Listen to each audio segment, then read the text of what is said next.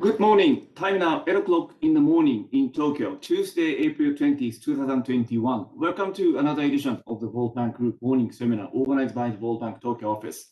My name is Koichi Omori. I'm Senior External Affairs Officer of the World Bank based in Tokyo.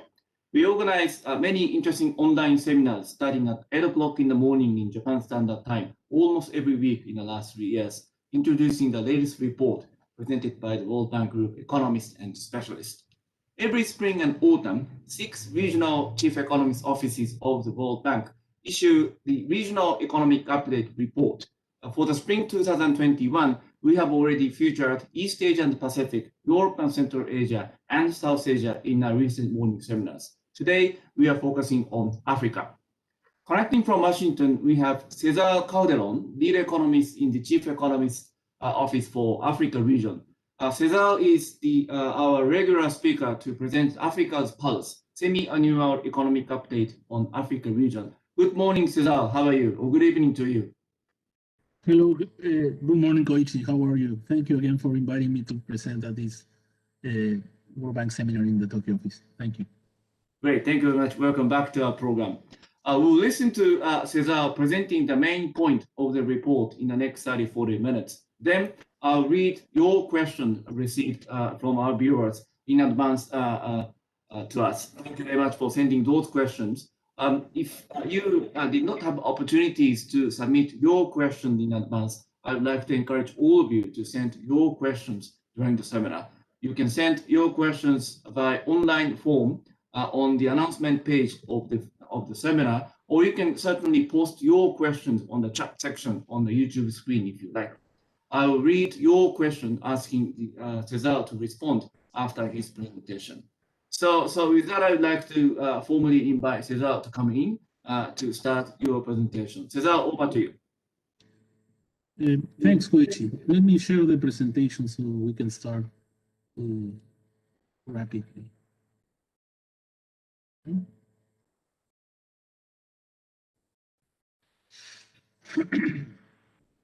Hope that, yeah, I think is it working? It's working.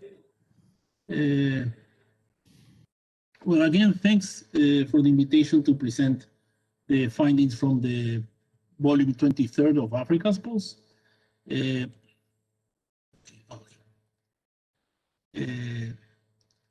So this is how the report looks like. And I'm going to try to share some of the main messages from the report, just in case, you know, I cannot finish within my 40 minutes. But at least I want to give you a brief and fast preview of what the report is describing as recent economic developments and prospects for sub-Saharan Africa. No? The first message is that the economic impact of COVID-19 in Africa has been severe. It hasn't been as tough as anticipated, which makes you believe that countries in the region have been weathering the storm so far. Economic activity contracted by 2% in 2020, when, if we remember, when we presented the polls in April 2020, we were expecting an interval of declining growth between 2.1 and 5.1. Again, why the interval? Because there was so much uncertainty about the virus. There was little knowledge back then, little knowledge compared to what we have now. And also there were no vaccines, and at the same time, and there were no treatments. Why the estimate of growth is more on the lower side of that interval, and it's around 2%, because in the second half of the year 2020, as some lockdowns were lifted, there was a rebound in the economy. There was a rebound in African economies, and we're going to see a little bit of that later in the presentation. At the same time, we believe that in 2021, 2022, economic activity in the region is going to strengthen, and it's going to strengthen to the extent that governments deploy a series of actions to prevent or to contain new waves of the coronavirus, and also speed up the vaccination program, the rollout of the vaccination campaign. Again, the path to recovery is uncertain, so we are not completely comfortable with providing a point estimate of what's going to be the growth of the region in 2021. And so we develop a series of alternative growth scenarios, and we basically project that the growth forecast, that the growth in the region is going to rise between 2.3 and 3.4% in 2021. Okay, and we're going to discuss later what are those actions that may explain the differences, the size of that forecast interval. No? But at the same time, our baseline scenario, which is a 2.3%, is small. Is like a timid recovery, because we believe that in that baseline scenario, that the resurgence of COVID infections in Africa can hold back the economic recovery. And you see in the slide that the reasons why the recovery can be held back. And we're going to talk about that also. The fourth message is that the recovery in the region is going to take different forms. We're going to have a multi-speed recovery within the region. There's going to be a wide variation across countries. Growth in the region is going to be held back a little bit by the big three, which are Nigeria, South Africa, and Angola, that they have a very sluggish recovery in 2021 and 2022, even on the back of higher commodity prices. But outside the big three, the pace of recovery is more solid, especially among non-resource intensive, non-resource countries and mining dependent countries. Okay. Again, as we were saying, we have conducted a series of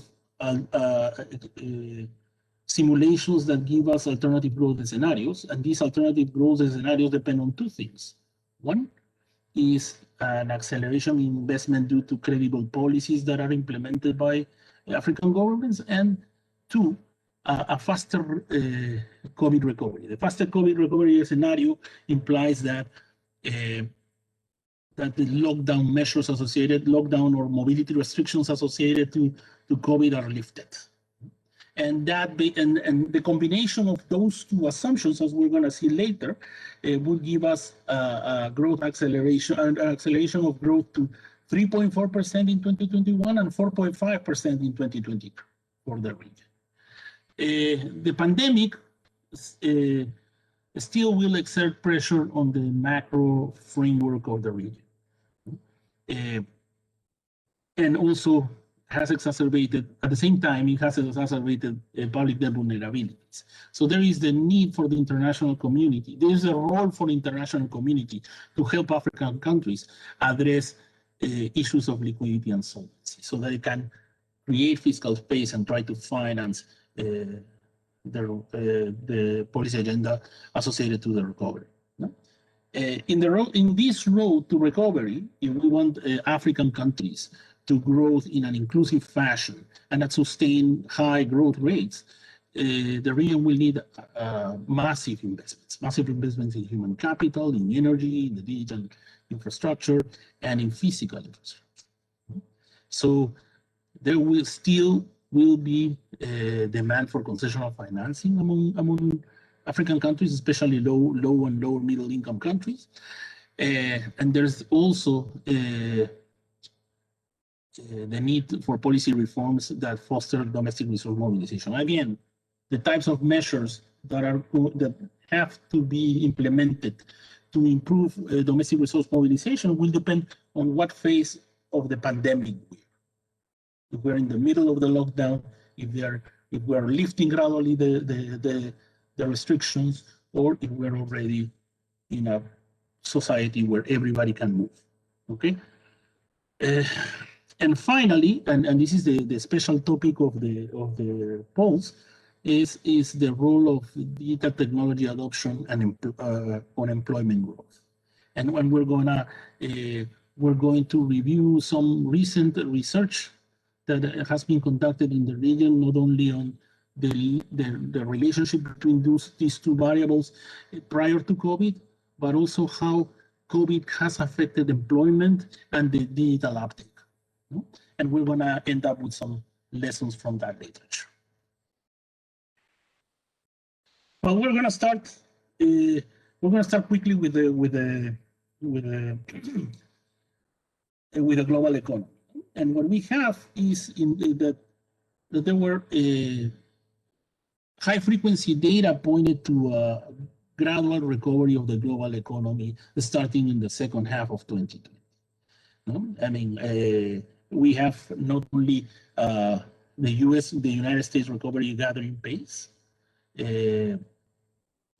thanks to a rapid vaccine rollout and substantial fiscal support, which includes the recently approved $1.9 trillion stimulus package by the Biden administration, but also some recovery in China. Although although growth in China has been set for the next year, growth in China has been moderate. In the fourth quarter of 2020, year-on-year growth in China was 6.5%.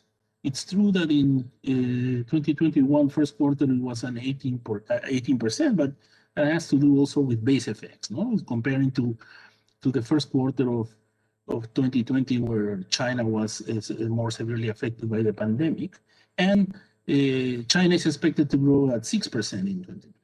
So it's a more moderate. It has recovered rapidly, but it has a more moderate goal for growth. No?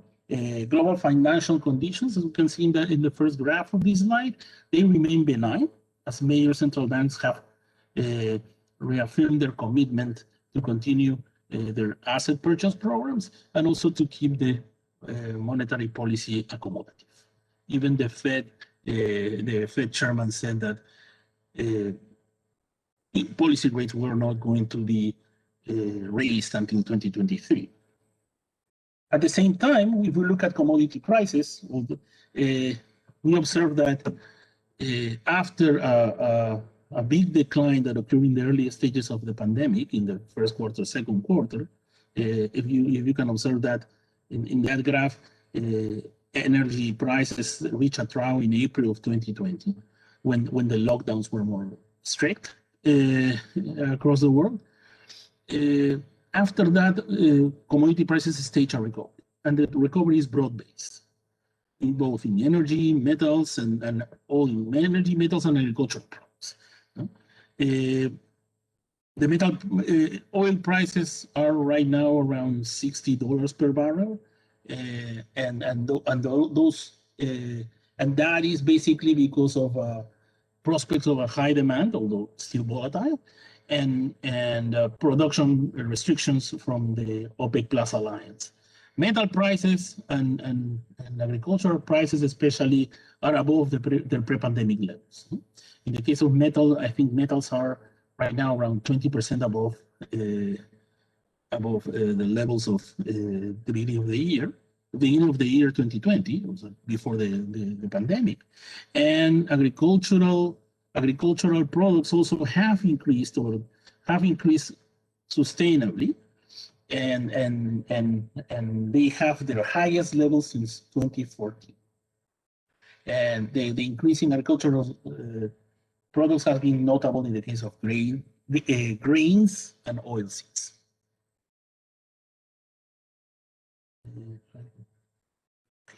I'm going to try to go a little bit faster. Well, this map basically shows the distribution of infections in sub-Saharan Africa. No? The ones that have a darker shade are the countries that have the highest number of infections.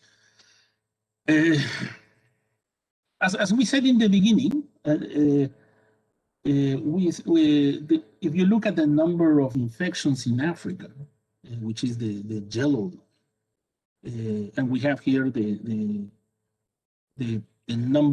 average number of new daily cases. If you look at the first graph, one would think that the Sub-Saharan Africa region has averted to some extent the pandemic. Well, that's not necessarily true. It's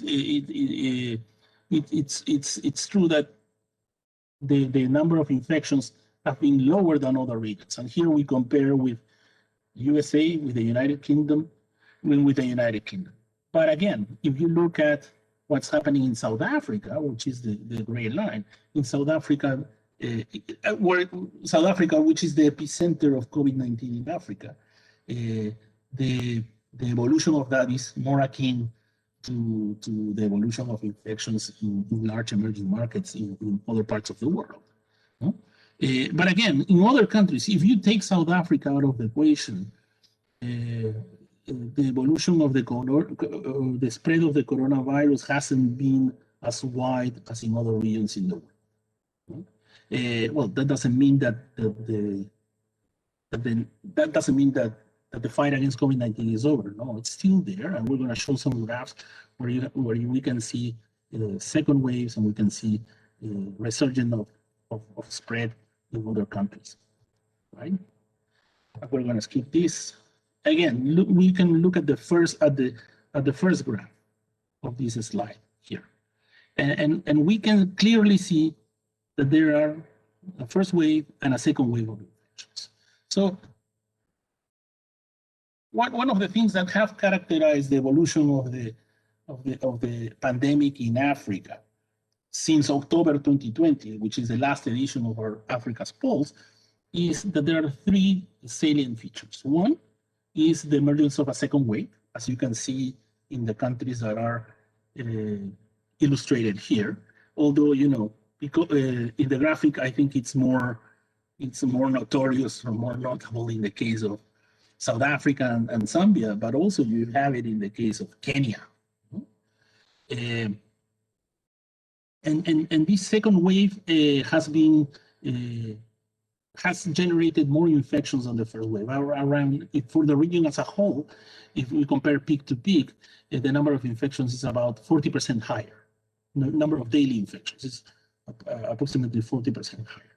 The second feature is the emergence of new variants of the coronavirus. In the case of some West African countries, you have the spread of the British variant, the UK variant, and in Southern Africa and to other in Southern Africa, especially the spread of the South African variant. Although there are other countries in East Africa that have also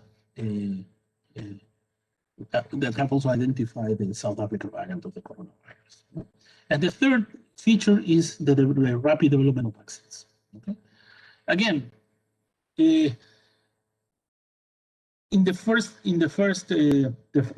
wave of the coronavirus, of the pandemic in Africa, there was a very vigorous policy response that led to the containment of the pandemic. However, by the end of the year, by December, there was kind of like a more looser adherence to basic health protocols. People were not respecting social distancing, masking, washing hands, and also the variants that were more contagious that led to this second wave. In some countries, they have managed to reduce the number of daily infections, but there are others, like Kenya and Cote d'Ivoire, for instance, that are right now trying to, that they are now seeing number of infections and number of deaths trending upwards. Okay? Let's go to talk a little bit about the economic impact of the coronavirus. As we said before, the economic impact was set. We have here the evolution of GDP growth until 2020, which is the year of the pandemic, both from the expenditure side and from the production side. And what we find is that the pandemic pushed the Africa region to its first recession in 25 years. So in the end, the contraction of economic activity was 2% in the year 2020. It was mostly driven by reduction in consumption and investment from the demand side, and contraction in services and in the industry from the production side.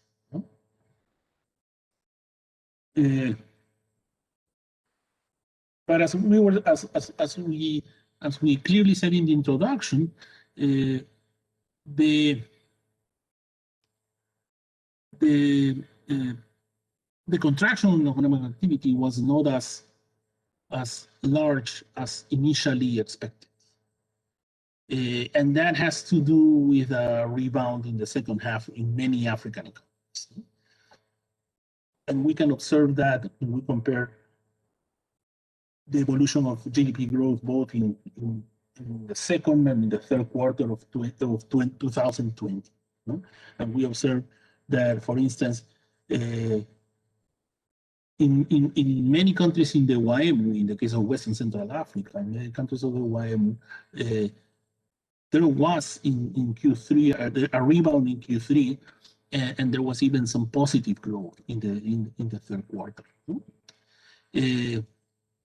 In the case of, for instance, Nigeria, if we look at the data at high frequency, Nigeria managed to even expand output in the fourth quarter. We haven't put fourth quarter numbers here because not all countries, at the moment of the production of this report, not all countries in the region exhibited data for the fourth quarter. What do we expect in 2021? We observe that the growth prospects of the region will gradually improve, but again, with some variation across countries. After estimating a 2% contraction in 2020, real GDP in Sub-Saharan Africa is projected to rebound in this baseline scenario to 2.3% in 2021 and 3.1% in 2022. And this forecast is on the back of higher commodity prices due to rising global demand, along with continuing increasing agriculture and growth in agriculture. And this recovery is going to be supported by a rebound both in private consumption from the demand side and in industry and services from the supply side. Again, we take these numbers with caution. We take this forecast with caution because we believe that the recovery could be held back by a resurgence of the pandemic and a delay in the access to vaccines. Okay. This outlook, this forecast, and maybe this is something that I can add. This forecast is predicated on the assumption that vaccine coverage would not be sufficient to enable a reduction in the domestic disruptions due to COVID-19 until the second half of 2022. Okay. As I was saying, the strength of the recovery will vary across countries and will vary across regions. We observe, for instance, in the first graph that the recovery is going to be stronger among non-resource rich countries and also among metal and mineral resource rich countries. And in the case of the sub-regions, the Africa sub-regions, as denoted by the World Bank, we observe a stronger recovery in Eastern Southern Africa. Is it the same? Oh, no. Here we also present what are the developments in Western, Central, and Eastern Southern for different subgroups within each part of the continent. And again, we find that the non-resource rich and YMU grow faster, rebound faster in Western Central Africa, and in Eastern Central Africa again, there's also some faster rebound in both non-resource rich and in mining dependent and Eastern Africa. Okay. Now, when it comes to the alternative growth scenarios that I was talking about, we basically try to draw these scenarios to illustrate what would be the economic effects that would result from faster vaccine deployment across the region and credible policy reforms to stimulate investments. And we devised 3 scenarios. The scenarios are going to be based on 2 criteria. One is a stronger investment scenario, where we assume that there is a series of policy actions that go from reforms in the foreign exchange market so that exchange rate can be can reflect more market power, market forces, alleviating debt burden, solving debt burden problems, so that countries have more resources for public investment, and also investments in energy and the digital economy. So that will be a series of credible policies. The scenario that we assume in the strongest scenario is that in the whole horizon of forecasting from 2021 to 2023, there's a 0.5 increase over the baseline in the investment to GDP ratio. So the fast COVID scenario basically implies that there's going to be a faster vaccine deployment. How do we implement that in the simulation? Is instead of assuming that there's going to be more mobility from the second half of 2022, as we mentioned above in the baseline, we're going to assume that there's going to be more mobility or less restrictions to mobility in the 4th quarter of 2020.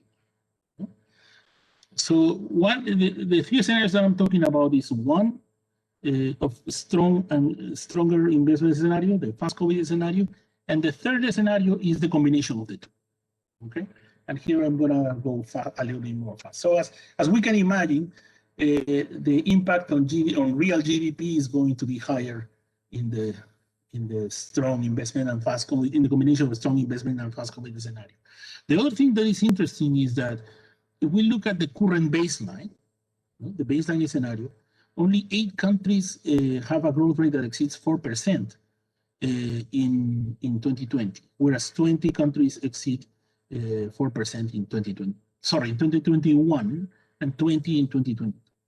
No? But if we go to the strong investment and fast COVID scenario, the number of countries that will grow at excess of 4% in the region doubles from 8 to 16, whereas those in 2022 will increase from 20 to 24. So credible policies. So these simulations basically tells us that credible policies to stimulate investment and a faster rollout of the vaccine can help not only increase growth in the region, but also increase the number of countries that are growing at a faster pace.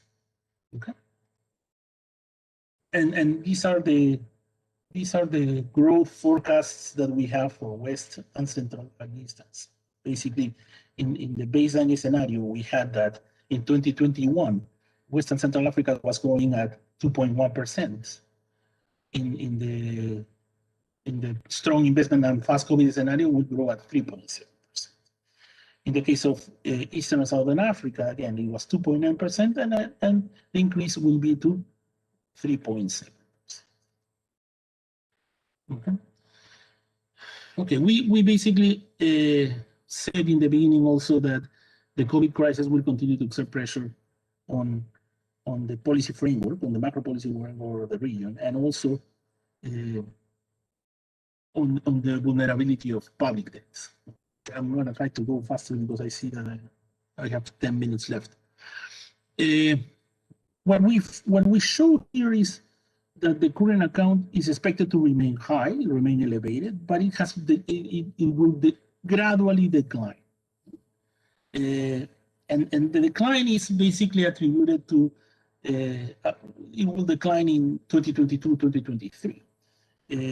Basically, what is the higher commodity prices is oil prices in this case, is reducing current account deficits or even improving surpluses in some of the oil exporting countries. Whereas in the case of the non-resource intensive and the mineral countries, the current account deficit has expanded. In the case of the non-resource intensive, the expansion of the deficit or the widening of the deficit is attributed to capital spending for infrastructure projects. Okay.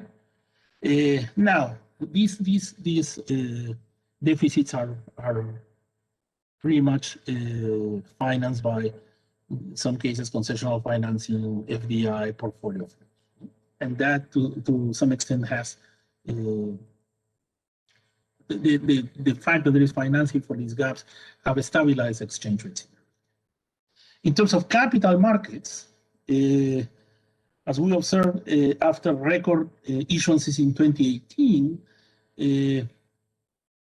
issuances have been declining. Now, thanks to the accommodative monetary policy of advanced countries, a global search for yields was triggered.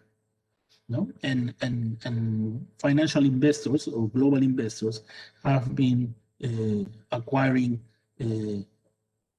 high-risk assets. In this case, African countries were able to come back to the markets.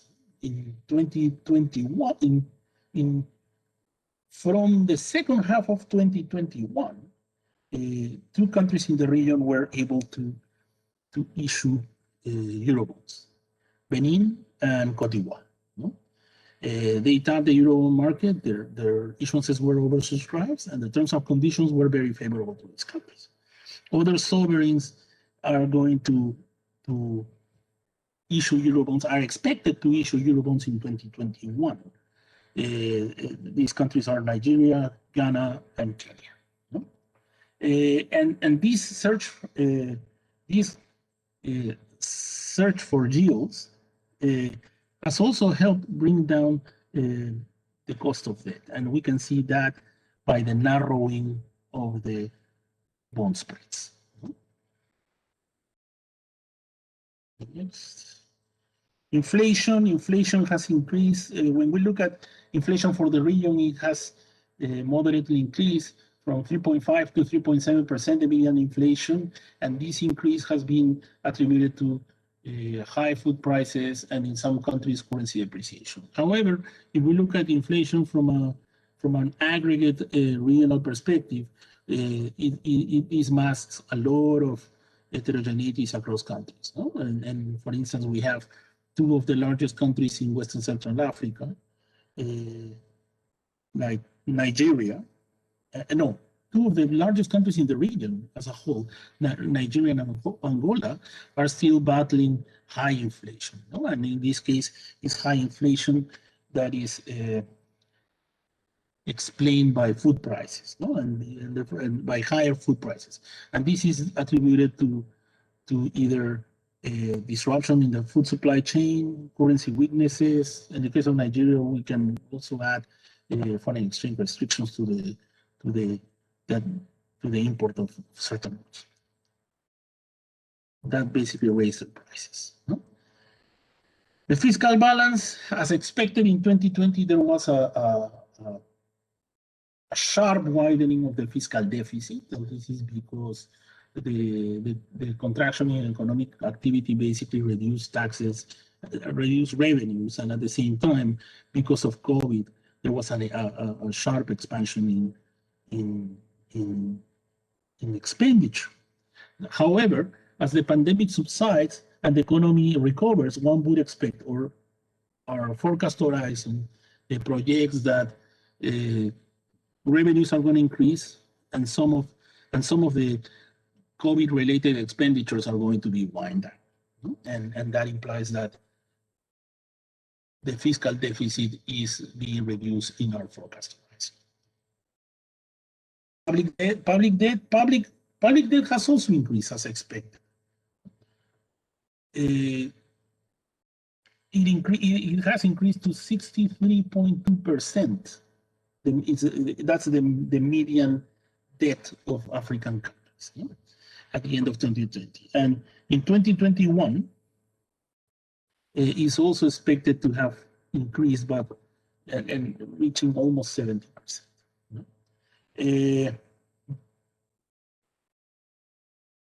Now, the number of countries, I mean, again, not only debt levels have increased, but also vulnerabilities have heightened. And this, as we have said in previous presentations, this has to do with the fact that over the past 8 to 10 years, countries in the region have resorted less and less to concessional financing as a proportion of their contracted debt, and they have contracted riskier debts, whether it's from non-party club governments or from private creditors. And we have that in 2020, 53% of the low-income countries in Africa that have the sustainability analysis are in high risk or already in debt distress. And it's expected that in early 2021, that percentage will increase to 55%. Okay, I have 5 more minutes. I'm gonna have to go faster with this. So what we were saying in the beginning of the presentation is that in order for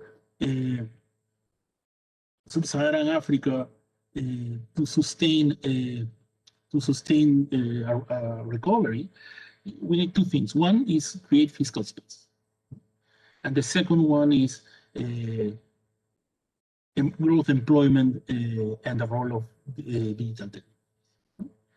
In the case of creating fiscal space to pave the way to recovery, we have in this slide a series of broad measures from the revenue side, from the expenditure side, that basically has to do with transparency and efficiency. I think efforts to increase transparency, to boost transparency and increase efficiency, both on the revenue side and on the expenditure side, are critical.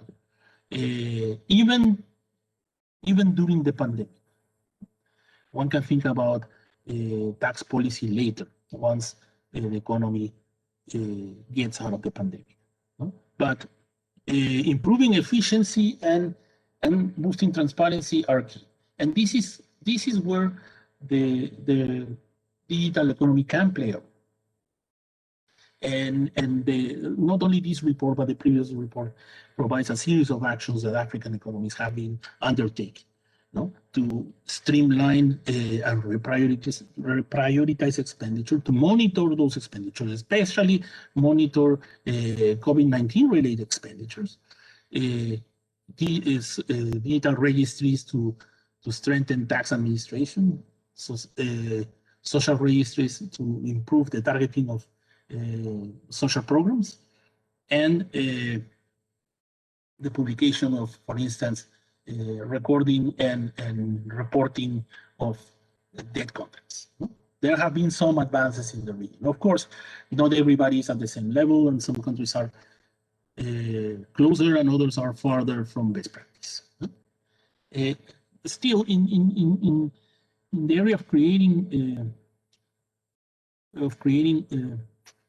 fiscal space, there is a role for the international, because if the region wants to grow in a more inclusive and sustained fashion, they will need, as I said before, a series of investments in the policy areas that you have in the slide, in human capital, energy, digital, and physical infrastructure. And one way that the international community can help is to address the liquidity and solvency issues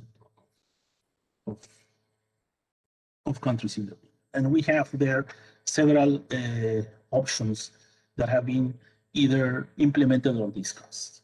The first and the obvious one is the countries, especially low-income countries, need more grants and concessional financing. The second was the debt service suspension initiative. This was established in May 1st of 2020. That basically is it's a suspension of debt payments. That's it. It's not debt relief. You're basically transferring payments towards the future, right? 30 out of 37 ILA eligible countries in the region have joined that DSS. Then you have the common framework of debt treatments beyond the DSSI. And this is where debt restructurings will be discussed. There are 3 countries in the region that are participating or that have requested participation in the common framework, Chad, Ethiopia, and Zambia. The discussions are ongoing, and the resolution of these of these debt treatments is going to lead the way on how debt restructurings are going to be resolved in the future. No? Then you have the tools like the Sustainable Development Finance Policy by the World Bank that would allow to have to front load either resources to countries that comply with a series of policy and performance indicators. And lastly, still under the discussion, the issuance of SDRs by the IMF under an amount of 650 billion that may help boost some fiscal pace in developing countries, in African countries. Okay. And I think do I have 1 more minute or 2? Luigi? Sure, go ahead. Please complete your story. I'm gonna try to finish quickly here because this is the part where we talk about digital technology adoption and job creation.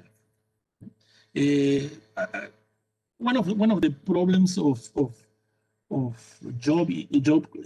problems of development in Africa is the lack of inclusivity, or things that have been reported in other work in the region, that the growth elasticity of employment is very low. That the jobs need to be at the center of the policy agenda and at the center of private sector response if we want to have a sustained recovery. A way forward to this is to emphasize the role of the digital. And that implies narrowing digital infrastructure gaps. And this is where the rollout of 4G and 5G network might help.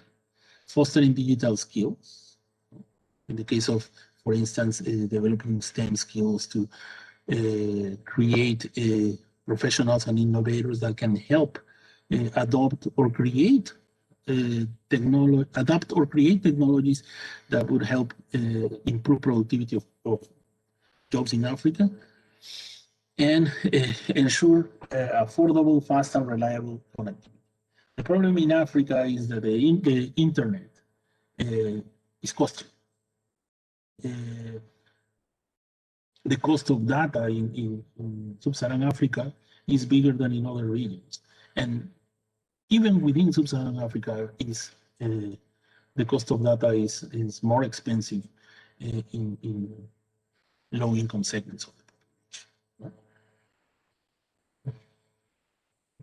Okay, to harness the full potential of digital technologies, basically what we need to do is close the digital infrastructure gap, to provide high quality, affordable, and reliable digital services. In this context, what is critical is to have a regulatory framework that fosters not only innovation and competition, but also creates trust and protects consumers. And we're talking here also about cybersecurity and data privacy. And at the same time, we need complementary infrastructure investments. In this case, electricity. Without electricity, we cannot power the digital economy in Africa. The case of investments in tertiary education, again, as we said before, STEM skills, digital technology, and the production of digital technologies for low-skilled workers in Africa. There is evidence in the literature that not only that there are positive employment effects due to the arrival of the internet in Africa, and there's no job displacements from low-skilled towards high-skilled workers. So the digital economy is benefiting both low-skilled and high-skilled workers. And last but not least, increase the productivity of the informal sector. Digital solutions governments need to upgrade the skills of workers. And the digital economy, whether it's digital solutions to improve productivity, digital solutions to get credit or get finance, would help these informal firms grow and to some extent facilitate the transition towards the formal sector in the future. And I'm going to stop here, even though there's still like 8 slides that I need to present because I think I ran out of time. Thank you. Okay, Cesar, thank you very much for your presentation. I'm sure the questions that we received may directly relate to some of the things that you may not be able to finish the story. So as I read the questions, please sort of expand and then touch upon the things that you haven't touched upon during your presentation. So we received questions in advance, and also some questions came in during your presentation. So let me read the ones that we received in advance. The first, in the report, how did you analyze the potential impact of the African Continental Free Trade Area or regional integration effort in Africa in general, while a pandemic is still ongoing? So that's one, so regional integration or after question. The another one, please comment on the roles of higher education institutions, for example, universities in Africa, for enhancing technological innovation and human resource development. What are the main challenges they are facing with, and how can they overcome those challenges? So let me start with those two questions and ask you, Cesar, to come into response. Okay. In the case of the Africa Continental Free Trade Area or regional integration efforts, well, unfortunately, we haven't updated our analysis. The analysis of the impact of the Africa Free Trade Agreement was conducted by the trade group within the bank, and they have a very interesting report that we can share with the audience, especially with those interested in the area, called the African Continental Free Trade Agreement Economic and Distributional Effects. It's basically a guide for policymakers to implement policies that can maximize the potential gains of this agreement, while at the same time, minimizing risks. But the problem is that the analysis was conducted before COVID-19. I think the report was launched in July 2020. It was launched in July 2020, but the analysis stopped before. I mean, they have added some paragraphs on COVID, but they haven't been able to finish doing the report, because that basically implies a reformulation of the simulation model, right? And at the same time, I think the effect that it's having, the Africa Continental Free Trade Agreement and the pandemic is ongoing, because even though the AFCFTA was enacted or entered into force in May 2019, trading really started on January 1st of this year. Again, I think the problem with COVID, is that it may delay the country discussions in terms of reductions of non-tariff barriers and measures of trade facilitation. I think that's one of the things that we could say about that. But again, I'm sure that the trade group is currently working on that. And again, the FCFTA really is an integral part of a recovery strategy and a Build Back Better strategy for the Africa region. Okay. Regarding this higher education institutions, well, I mean, they're key. If we think about the production of quality STEM graduates and professionals over the medium and long term. You need to build these poles of excellence, to promote regional collaboration among universities and best practice partners. The World Bank, as you may know, launched an initiative called the African Centers of Excellence. And the initiative was to create these centers in well-performing universities in disciplines related to STEM, agriculture, and health.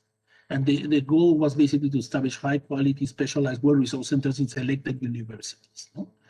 There have been some positive results of these programs, of these African Centers of Excellence.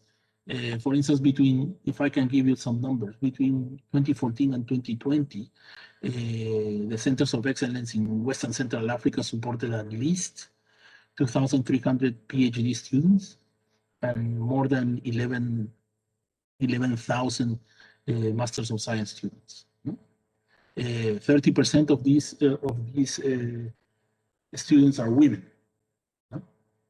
They're trying to push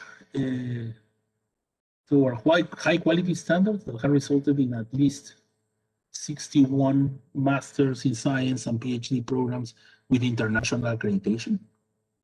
And at the same time, besides these goals, some of these goals achieved in terms of the production of skilled people in the region, they also have had a development impact. For instance, we can think about Redeemers University, which is a private university in Nigeria, that has an excellent program on genomics of infection disease. This university was where the first sample of Ebola was tested within a 6-hour time frame. And there are other centers that are notable, right? If we think about the Senegal, the University Gaston Berger in St. Louis is basically collaborating with the St. Louis Hospital in Senegal to produce face shields using 3D printing. It's impressive. It's impressive to see that the use of digital technologies in the health response to the pandemic in Africa, not only with 3D printing, but also with the use of robots and also ICT-based innovations. If we think about it, of all the ICT and all the digital innovations that have been used worldwide to combat the pandemic, 13% were either tested or operated in Sub-Saharan Africa, which is quite significant proportion, I would say. What would be the challenges? The challenges, I think, are now with digitalization, with artificial intelligence and machine learning, there is, how would I put it? There are challenges that these higher education institutions are facing in terms of having a relevant curriculum, continue with the path of innovative research, and also the typical problem of having financial sustainability. I'll leave it there. Okay, thank you very much. Let me continue reading the questions that we received in advance. Sorry, this one. How can African government take the balance of expanding higher education, especially STEMs, and secure the primary and secondary education and gender equality? So that's one. And then the another question is, how do you think of the way of the use of the digital technology?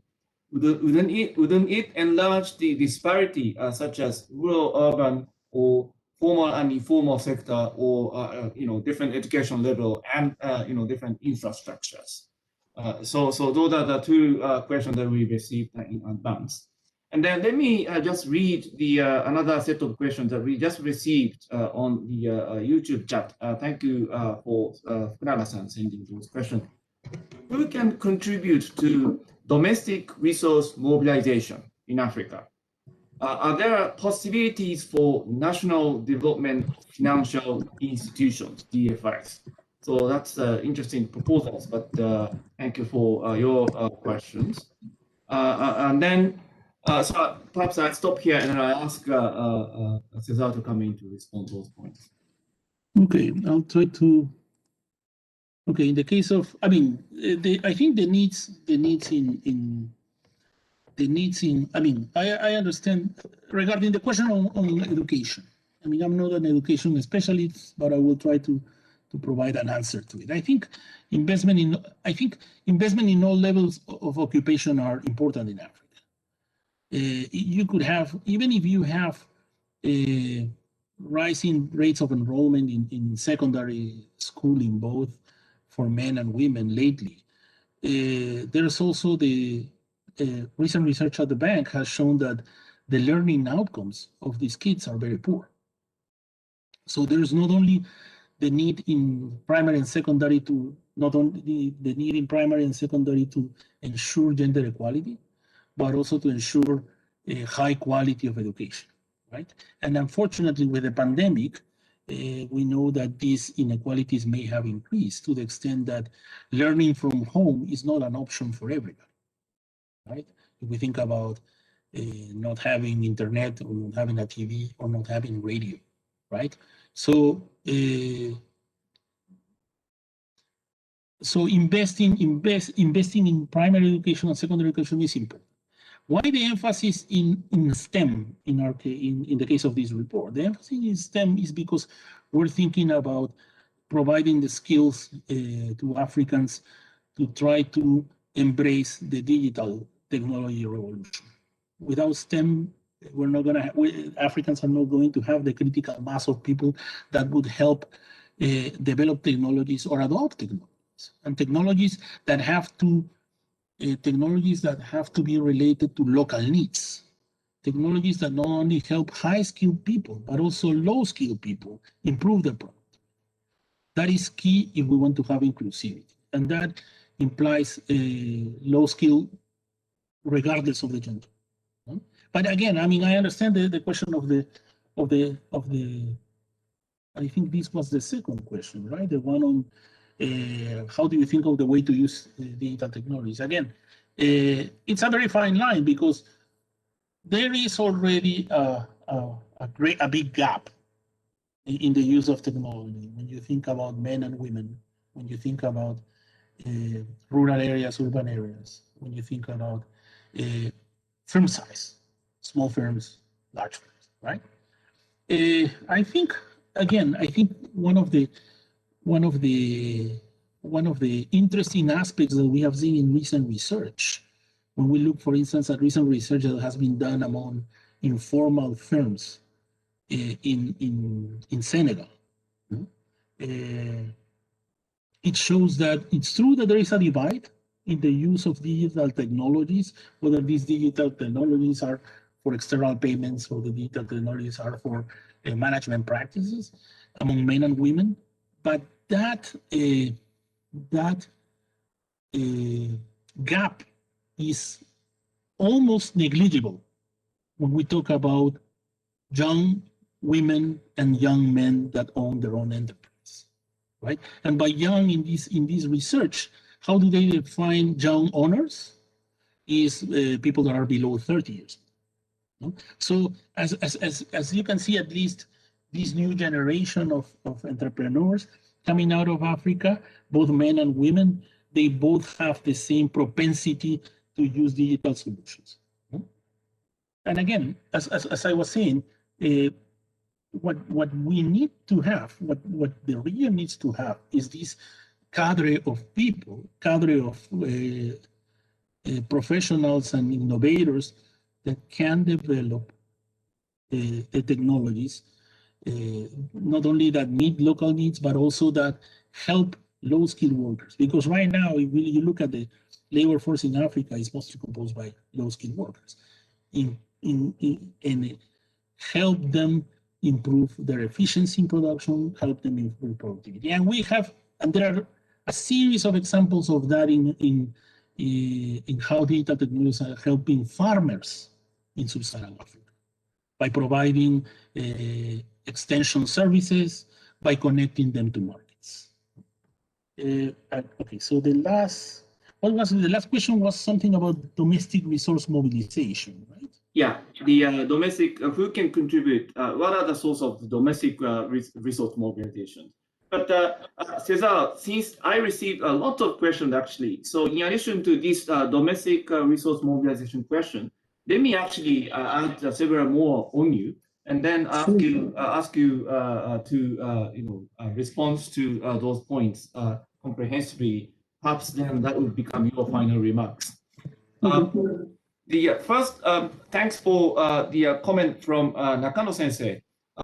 He says, one of my concern is impact of COVID-19 on informal sector, which is difficult to be captured in formal statistics. What is the view of the World Bank on impact of COVID-19 on the poverty and unemployment? And then she continues saying, another concern is that Tanzania, the country is denying the existence of the COVID-19 and does not open the statistics. What is the correspondence of the World Bank to them? And another concern is the lower government spending or reduced foreign aid because of the decline in the economy of the developed countries. This would affect especially vulnerable people. For example, I heard the food support for Sudanese refugees in Uganda was reduced due to the reduced support from the developed countries. What is the World Bank's expectation on this point? Let me continue to read the point raised by Yoshino Sensei. How would the World Bank assist the vaccination of the various African countries? If African countries pay by themselves for vaccination, the budget deficit will rise further. How much would a debt suspension be possible? Many developing countries are also facing with a budget deficit. Debt repayment would require very long-term perspectives rather than short-term solutions such as debt suspension. Then lastly, Shimamoto Sensei from Kyoto commented on the chat screen.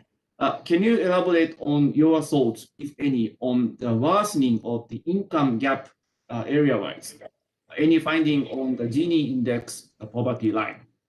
And then one additional anonymous participant continued asking, what kind of the obstacles remain to shift to formal sector from informal sector with using the digital technologies? So some are interrelated, some are not. I'll ask Cesar to come in, perhaps to give a very comprehensive views, not necessarily be touching on each one of them. And then we'll wrap up our seminar. Thank you. Okay, perfect. Well, thanks again for all the questions. Regarding, let me see, how do we start?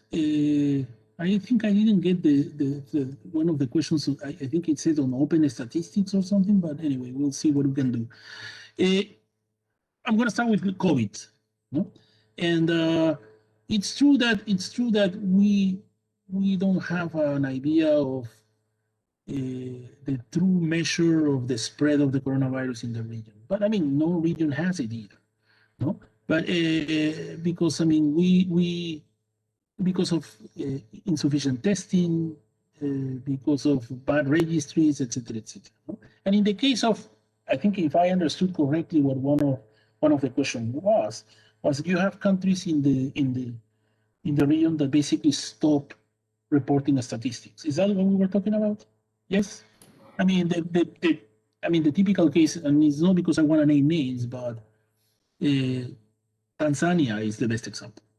In May 2020, they stopped reporting statistics on COVID-19. I mean, the problem with open data is a problem that doesn't circumscribe, unfortunately, to COVID statistics enough. There is a very interesting discussion in the report on poverty, rising poverty in Africa, on the political economy of open data and how sometimes countries or governments that don't want to be vetted by the citizens, they basically put obstacles to data production or data dissemination. So that's an issue. That's an issue that the bank has been trying to fight. The problem is that sometimes that fight was not viewed from the demand side, which is how do we make African countries buy in this open data?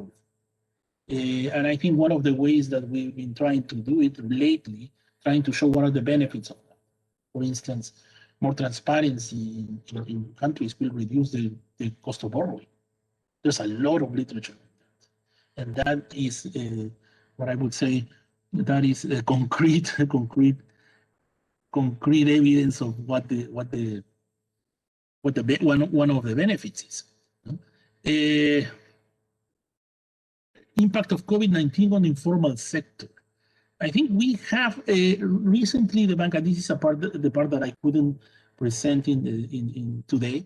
The bank has developed these business pulse surveys for a series of countries throughout the world. I think it's 51. They have conducted these surveys during the pandemic for 51 developing countries, of which 18 are in Africa. Yeah, and they are trying to show what would be the impact on sales, what would be the impact on the operating status of the firm, and also what would be the impact on employment adjustments, whether they reduce hours or whether they lay off people. No, and they have shown that in the formal and informal sector. So far, the evidence that we have for some countries is not.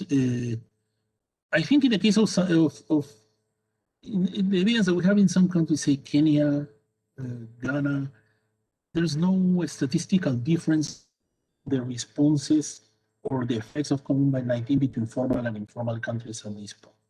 Maybe it's because the survey was taken during the peak of the first wave, and you know, we don't know what they're conducting now.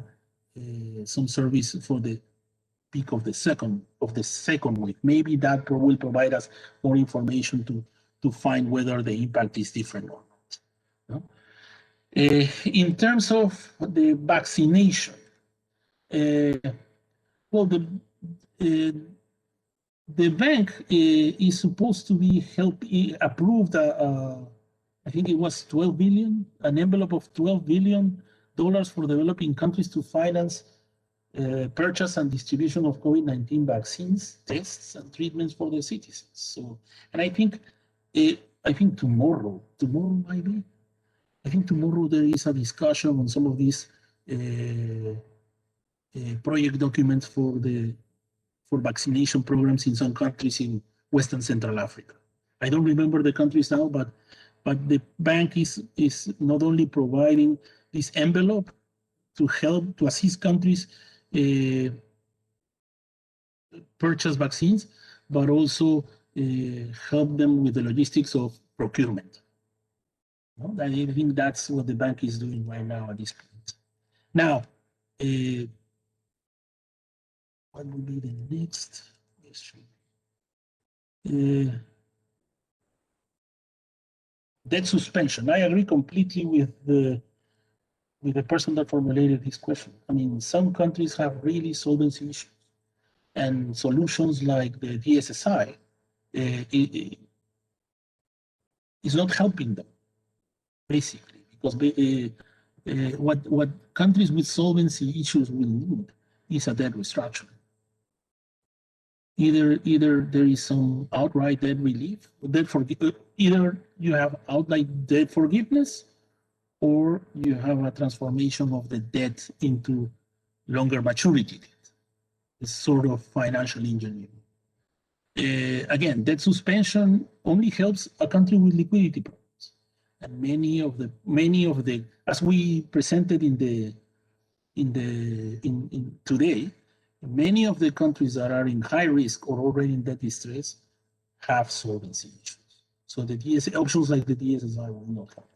But that's where it's key how the common framework for debt treatments is going to evolve, because this is the mechanism that will help us understand how to restructure that in the future. And why do I say that? Because I think at this point the common framework faces a series of challenges. First, that official creditors and maybe private creditors may be reluctant to grant a major substantial debt relief quickly. The second is there is uncertainty about how capable or how willing is the borrowing country or the debtor country to commit to a credible multi-year action plan. And the third one is that you have now, compared to debt crisis in the past, now you have a more complex and diverse group of creditors that may hinder a coordinated response. I hope that answers that. And in the case of the income gap, the bank hasn't produced any. I think the bank hasn't produced any estimates on the Gini coefficient, but they have produced some estimates on poverty indicators, say poverty headcount or poverty gap.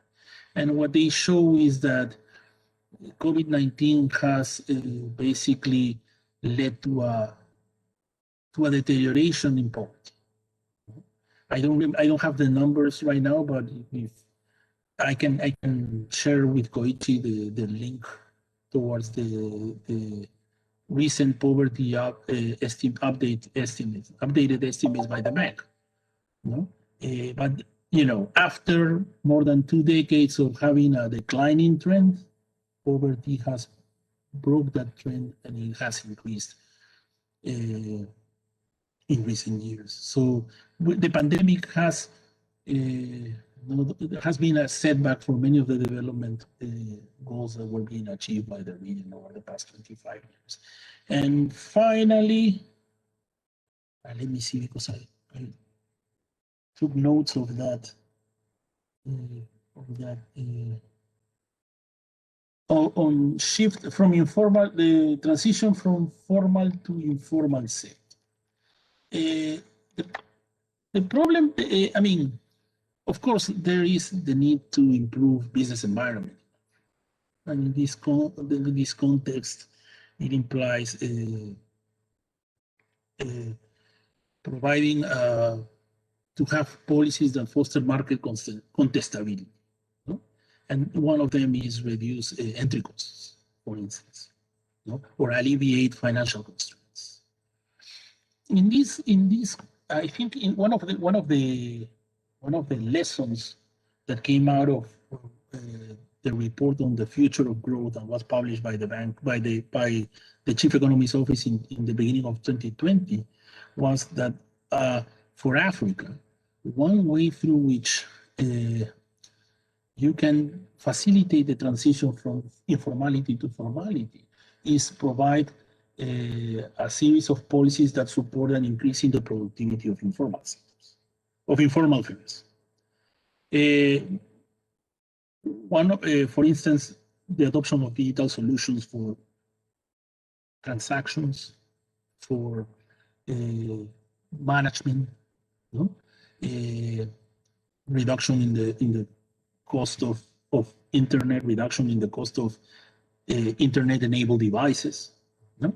And in that sense, firms will be able to improve their efficiency and increase in size.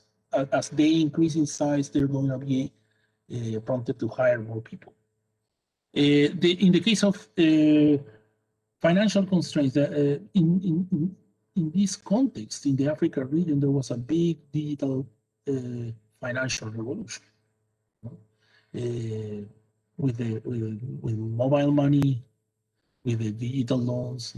So to the extent that people can finance their businesses through digital services, or you can use digital services to create credit history, say biometric, or not only use, for instance, biometric measures as a proxy to collateral, right? To the capacity that this person is going to repay or not your debt, and they hence create credit history. That would also help firms grow in scale. And as they grow in scale, they're going to see that the benefits to formalize are bigger than the benefits that the cost of being out of the system. And that can facilitate this transition. And I think I'll stop here. Thank you very much, Cesar, for responding the points raised by viewers. Once again, with us this morning from Washington was Cesar Calderon, lead economist, the Office of the Chief Economist for the Africa region of the World Bank. Cesar, thank you very much for being with us this morning. Really appreciate it. Thank you. Thank you, Koichi, and thanks everybody for the questions. It was a pleasure. Thank you very much. We have two more morning seminars this week. On Thursday, April 22nd, Middle East and North Africa Regional Economic Update. And on Friday, April 23rd, the newest edition of the Commodity Market Outlook, which is going to be issued on the April 20th in Washington, D.C. time. These seminars will start at 8 a.m. in Japan Standard Time. So please check our website for details of those seminars, as well as other upcoming online seminars. So with that, I'd like to once again thank you everyone for watching our seminar. Stay safe, stay healthy. Thank you very much. See you later once again this week. Appreciate it. Thank you.